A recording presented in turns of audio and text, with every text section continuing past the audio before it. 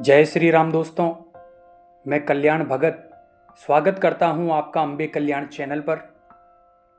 दोस्तों, आज मैं आपसे एक बहुत ही निजी अनुभव साझा करने वाला हूं। वो अनुभव जो कई पुरुषों और महिलाओं में भी मैंने देखे हैं। दोस्तों, कुछ लोग ऐसे होते हैं जिनकी कुंडलिनी ऊर्जा बिना किसी साधना, बिना किसी मंत्र जाप और बिना किसी गुरु के स्वतः ही जागृत हो जाती है।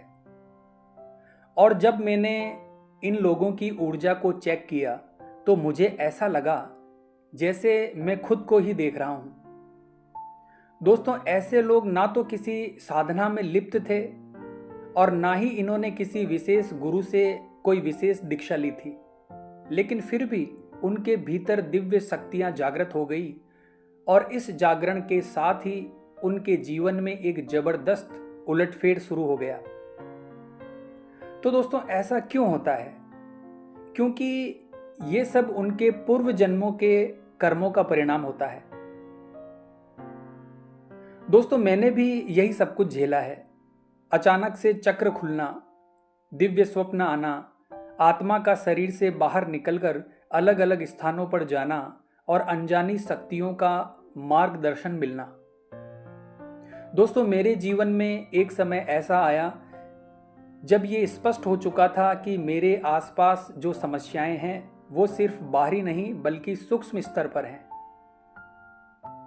दोस्तों, अब सवाल ये उठता है कि जिनकी कुंडलिनी शक्ति खुद ब खुद जागती है वो इतनी तेजी से आध्यात्मिक रूप से यानी आध्यात्मिक मार्ग पर कैसे आगे बढ़ते हैं?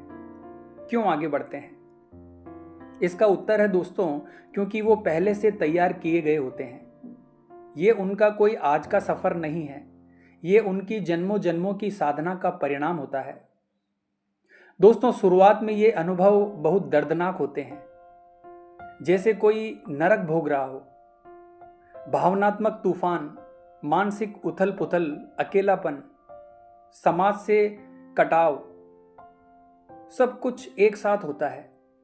लेकिन जब ये सब पार कर लिया जाता है तो एक असीम शांति, स्पष्टता और मार्गदर्शन प्राप्त होता है।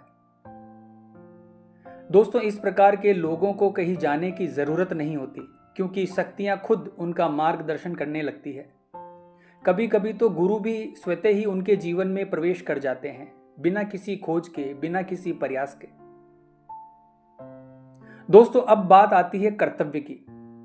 जब शक्तियां स्वयं किसी के पास आती है तो वो सिर्फ बैठकर आनंद लेने के लिए नहीं आती, वो आती है तप और सेवा के लिए तैयार करने के लिए। आपको दूसरों का कल्याण करना होता है और ये एक आसान रास्ता नहीं होता दोस्तों। तप का अर्थ केवल घंटों की साधना नहीं बल्कि अपने मन, विचारों और भावनाओं की गहराई से सफाई करना होता है। इस दौरान आपकी आत्मा ही सबसे बड़ा गुरु बन जाती है। वो आपको बताती है कि कौन सा मार्ग सही है, किस दिशा में आपको जाना है। और जब आप पूरी तरह समर्पण कर देते हैं, जब आप कह देते हैं, हे शक्ति, अब मेरा जीवन तुम्हारा है, तब आपके जीवन में चमत्कार शुरू होते हैं। दोस्तों, जो लोग बार बार ऊर्जा की चेकिंग, टैरो या अलग अलग साधकों के पास जाकर समाधान खोजते रहते हैं, उनके लिए मेरा यही संदेश है कि अब समय आ गया है सीखने का। बिना सीखे कुछ नहीं बदलने वाला। अगर आपकी कुंडलिनी बिना प्रयास के जाग गई है तो इसे ईश्वर की कृपा मानिए और उस कृपा के योग्य बनने के लिए खुद को भीतर से बदलिए। आपको अपनी शक्ति को समझना होगा, उसे पहचानना होगा, उस पर भरोसा करना होगा और उसका उपयोग जन कल्याण में करना होगा। याद रखिए दोस्तों, ये कोई तात्कालिक रास्ता नहीं है, ये एक जीवन की यात्रा है और इस यात्रा में धैर्य, समर्पण और सेवा ही आपका सबसे बड़ा साधन है। तो आज की वीडियो में बस इतना ही दोस्तों। उम्मीद करता हूँ वीडियो आपको अच्छी लगी होगी। तो कमेंट बॉक्स में हर हर महादेव जरूर लिखे दोस्तों।